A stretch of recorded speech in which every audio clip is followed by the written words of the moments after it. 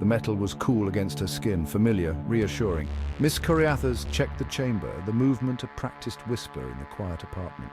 She wasn't a woman who scared easily, not after 3 tours, not after seeing what she'd seen. But the city was different.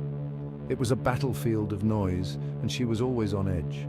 Her 1-bedroom apartment was her sanctuary, a place for silence, a place for control. She'd chosen it for its anonymity, for its thick walls, or so she thought. The family upstairs, new arrivals, hadn't read the memo. Their chaos bled through the concrete every evening, a cacophony that set her teeth on edge. Children screaming, television blaring, the thudding bass of music that vibrated in her chest like a heartbeat gone wrong. Each sound was a hammer blow to her carefully constructed peace. She hadn't slept properly in weeks. Dark circles bloomed beneath her eyes, a testament to the nightly battles waged in her head. The memories always came when the noise was at its worst. Flashes of firefights, the stench of gunpowder, the screams, always the screams. She had to make it stop. The clock ticked past 5. Like clockwork, the first thump echoed from the ceiling. Miss Coriathers flinched, her body remembering before her mind could catch up. The familiar tightness coiled in her chest, a prelude to the panic attack she knew was coming. She took a deep breath, trying to hold on to the thread of calm. It was always worse on Tuesdays. Tuesdays meant dance practice. The sound of tiny feet pounding on the floor above, the relentless rhythm of the music, it was too much. She imagined tiny landmines detonating above her head, each thud a jolting reminder of the things she couldn't outrun, the things that lived under her skin. She tried to distract herself. She turned on the television, but the canned laughter grated on her nerves. She tried to read, but the words swam on the page. The noise was a living thing, wrapping around her, squeezing the air from her lungs. She had to make it stop. She wouldn't survive another night of this. Taking a deep breath, Miss Coriathers climbed the stairs. Her hand trembled as she knocked on the door. A moment later, it was yanked open, revealing a frazzled-looking woman with tired eyes. 2 children peeked out from behind her legs, their faces smeared with something sticky. Yes? The woman snapped, her tone impatient. Miss Coriathers swallowed, her carefully rehearsed words dissolving in her throat. She felt foolish, exposed. This was a domestic dispute, a squabble between neighbors, not the kind of battle she was equipped for. I just wanted to ask if it would be possible to keep the noise down a little, especially after 5.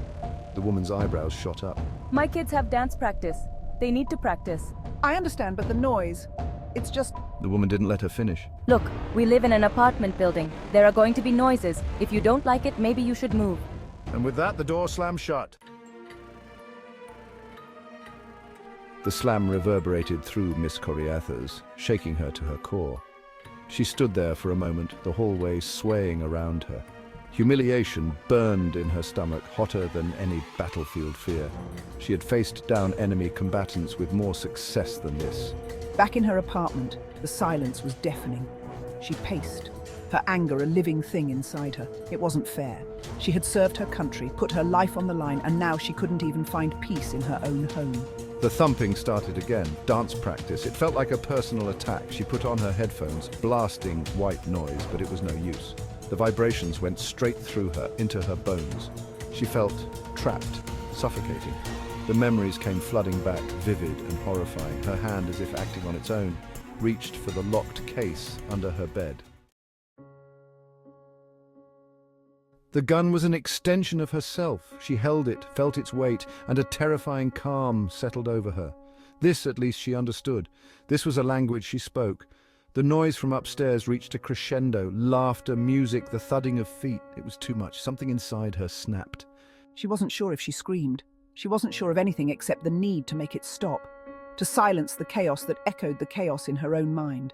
The gun bucked in her hand, once, twice, 3 times. The sound was deafening, the recoil a shockwave through her body. Then silence. Blessed, eerie silence. She stood there for a long time, the gun still smoking in her hand. The world felt far away, unreal.